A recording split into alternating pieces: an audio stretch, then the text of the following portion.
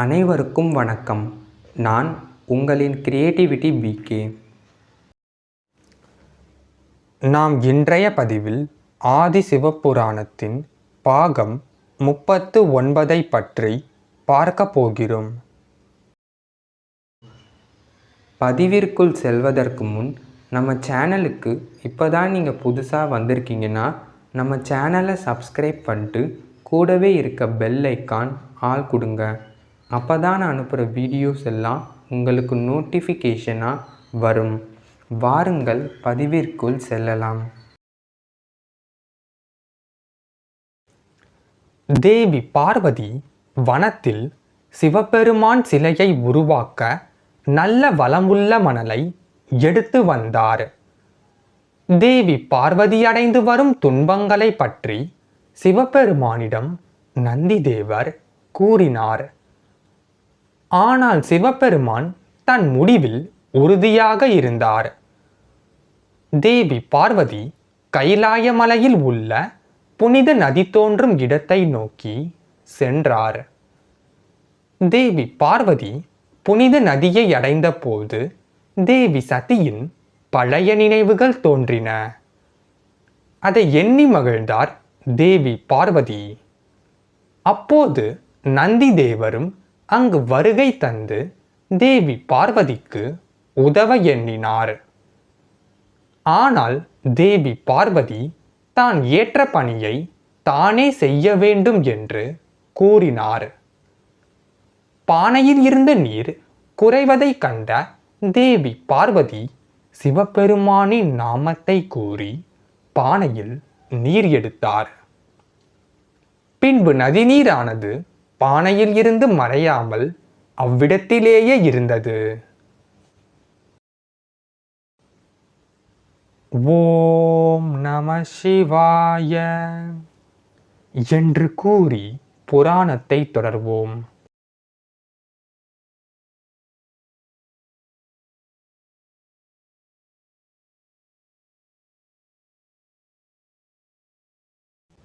நதிநீரானது பானையில் இருந்து மறையாமல் அவ்விடத்திலேயே இருந்ததை கண்ட தேவி பார்வதி மிகவும் மகிழ்ச்சியுற்று காணப்பட்டார். இதை கண்ட நந்திதேவர், முன்பு ஏன் பானையின் நீரானது இல்லாமல் போனது தேவி என கேட்டார். அதற்கு தேவி பார்வதியோ,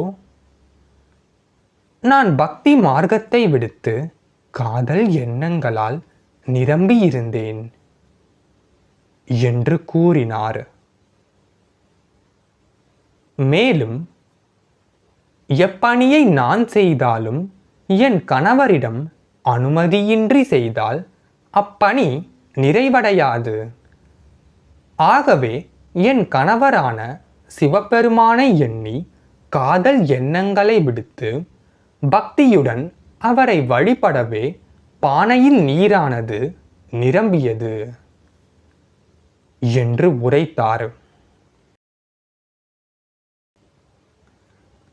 தேவி பார்வதி நந்திதேவரிடம், நான் விரைவில் என் கணவருடன் கைலாய மலைக்கு வருகிறேன் என்று கூறி அந்த மகிழ்ச்சியான தருணங்களை எண்ணியவாறே தண்ணீர் பானைகளை தோளில் வைத்து பின் தன்னுடைய பயணத்தை தொடர்ந்தார். பயணத்தின் போது மையத்தில் வயதான ஒருவர் உடல்நிலை முடியாத குழந்தைக்கு தண்ணீர் வேண்டி புனித நதியை நோக்கி வந்தார். அவ்வேளையில் தேவி பார்வதி 2 பானைகள் நிறைய தண்ணீர் கொண்டு வருவதை எண்ணி அவரிடம் தன்னுடைய குழந்தையின் தாகத்தை தணிக்க தண்ணீர் தந்து உதவுமாறு கேட்டு நின்றார். வயதான முதியவர் தனது மகனை காண்பித்து, தேவியே, இவன் தாகத்தை தணிக்கவே நான் புனித நதி ஓடும் பாதையை தேடிக்கொண்டு இருந்தேன்.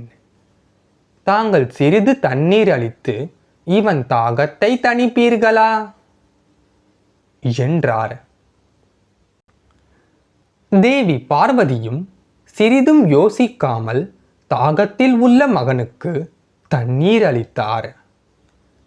தாகம் தணிந்த அந்த வயதான முதியவரின் மகன், என் தாகத்திற்கு நீங்கள் மேற்கொண்ட விரதத்தை பொருட்படுத்தாமல் எனக்கு நீரளித்த தேவி அவர்களே, என்றும் நீர் குறையாமல் முழுமையாக இருக்கும் என கூறிய உடனே பானையில் நீர் நிறைய ஆரம்பித்தன. முதியவரும் அவருடைய மகனும் தேவி பார்வதிக்கு நன்றி கூறினார்கள். பின் தேவி பார்வதி புனித நதியில் இருந்து எடுத்த நீரை எடுத்துக்கொண்டு தான் தங்கியிருக்கும் குடிலை நோக்கி பயணம் மேற்கொண்டார். தேவி பார்வதி சிறிது தூரம் சென்றதும் வயதான முதியவரும் உடல்நிலை சரியில்லாத அவருடைய மகனாக இருந்தவர்கள் சுய உருவம் பெற்றனர். அதாவது நாரதரும் நந்தி தேவரும் தன் சுய உருவம் பெற்றனர். நாரதரும் நந்தி தேவரும் தேவி பார்வதி கைலாயத்திற்கு விரைவில் வருகை தருவார் என கூறினார். சிவபெருமான், தேவி பார்வதியின் குணங்கள் தேவி சதியிடம் இருந்து முற்றிலும் மாறுபட்டுள்ளன என எண்ணினார். நந்தி தேவரோ சிவபெருமானிடம் தங்களின் அன்பிற்காக பல இன்னல்களை அனுபவித்து வருகிறார். ஆனால் தாங்களோ அதை எண்ணி மகிழ்ச்சி கொள்கிறீர்களே என கூறினார். தேவி பார்வதியின் மனதை மாற்ற வேண்டும் என எண்ணிய எம்பெருமானின் மனதில் தேவி பார்வதி இடம் பிடிக்க ஆரம்பித்து விட்டார் என்பதை உணரத் தொடங்கினார் நந்தி தேவர். மேலும், ஏனெனில் தேவி பார்வதி பற்றிய உரையாடல்கள் நிகழும்போது எம்பெருமான் சினம் கொள்வார்.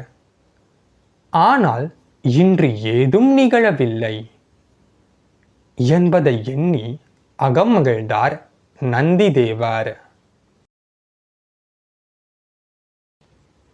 சிவலிங்கம் செய்வதற்காக புனித நதியில் இருந்து நீர் எடுத்து பின்பு தான் தங்கியிருக்கும் குடிலுக்கு தேவி பார்வதி வந்தார். குடிலில் எடுத்து வந்த நீரை பாதுகாப்பாக வைத்துவிட்டு பின் லிங்கம் செய்வதற்கான பணியை தொடங்கிய தருணத்தில் நாரத முனிவர் வருகை தந்தார். தேவி பார்வதி நாரதரை வணங்கி உபசரித்து விட்டு தன் பணியை தொடரும் முன்பு தன்னுடைய பெற்றோர்களை மனதார எண்ணினார். பின்பு மனதில் சிவ நினைவுகளுடன் எடுத்து வந்த நீரை கொண்டு சிவலிங்கத்தை செய்ய தொடங்கினார்.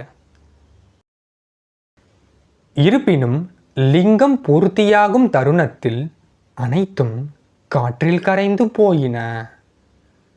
என்ன அனர்த்தம் இன்னும் நிகழப்போகிறதோ என்று தேவி பார்வதி என்னும் தருணத்தில் நாரத முனிவர் தேவி பார்வதியை சமாதானம் செய்து மீண்டும் முயற்சி செய்து சிவலிங்கத்தை பூர்த்தி செய்யுங்கள் என்று கூறினார். ஆனால் பலமுறை முயன்றும் சிலைகள் யாவும் முழுமையடையாமல் காற்றில் கரைந்த வண்ணமாக இருந்தன. வைகுண்டத்தில் தேவி லக்ஷ்மியுடன் இருந்த பகவான் நாராயணன் இங்கு நிகழ்ந்து கொண்டு இருக்கும் யாவையும் பார்த்து கொண்டு இருந்தார். ஆனால் தேவி லக்ஷ்மியோ தன் கணவரான பகவான் நாராயணனை கண்டு தேவி பார்வதியடையும் இன்னல்கள் நியாயமற்றது என்று கூறினார். மேலும் தேவி லக்ஷ்மி, வலிமை கொண்டவர் எளியவர்களை இவ்விதம் இன்னல்களுக்கு ஆளாக்குவது என்பது முறையன்று என்று பகவான் நாராயணனிடம் கூறினார். பகவான் நாராயணன் அங்கு நிகழ்ந்து கொண்டு இருக்கும் செயல்களின் நோக்கங்களை நன்கு உணர்ந்தவர். இருப்பினும் தன் பக்தர்கள் அடையும் இன்னல்களை காக்கும் பொருட்டு பகவான் நாராயணன் தன் மனைவியான தேவி லக்ஷ்மியுடன் மாற்று உருவத்தில் வந்தார். அதாவது சிலைகள் செய்யும் சிற்பியாகவும் அவருக்கு உதவியாக தேவி மகாலட்சுமியும் அங்கு வந்தனர். பின்பு சிற்பியாக வந்த பகவான் நாராயணன் தேவி லக்ஷ்மி அவர்கள் தேவி பார்வதி இருக்கும் குடிலை அடைந்தனர். அவ்வேளையில் சிலையை முழுமையாக்காமல் இருந்ததையும் மனதிற்கொள்ளாமல் வந்தோரை வரவேற்று உபசரித்தார் தேவி பார்வதி. பின்பு தன் பணியை மீண்டும் தொடர அவர்களிடம் அனுமதி கேட்டார்.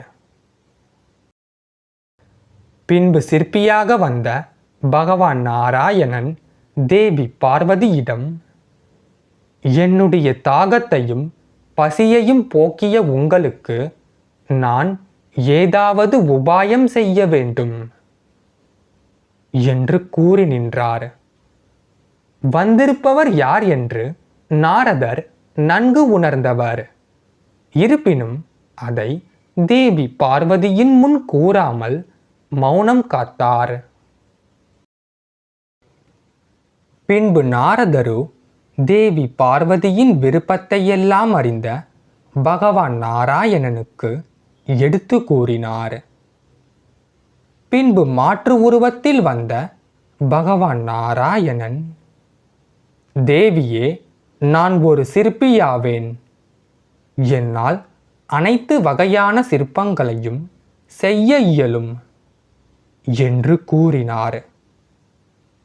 இருப்பினும் தேவி பார்வதி, நான் ஏற்ற பணியை நானே செய்தல் என்பதே உச்சிதமாகும் என்று கூறி அவரின் உதவி வேண்டாம் என்று அவருடைய மனம் புண்படாத வகையில் கூறினார்.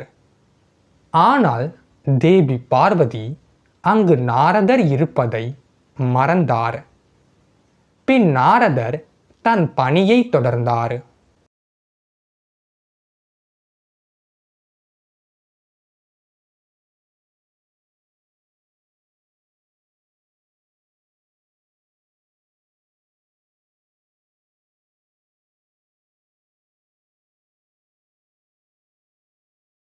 இந்த வீடியோ உங்களுக்கு பிடிச்சிருந்துச்சுன்னா லைக் பண்ணுங்கள், ஷேர் பண்ணுங்கள், கமெண்ட் பண்ணுங்கள், சப்ஸ்கிரைப் பண்ணுங்கள். அனைவருக்கும் நன்றி.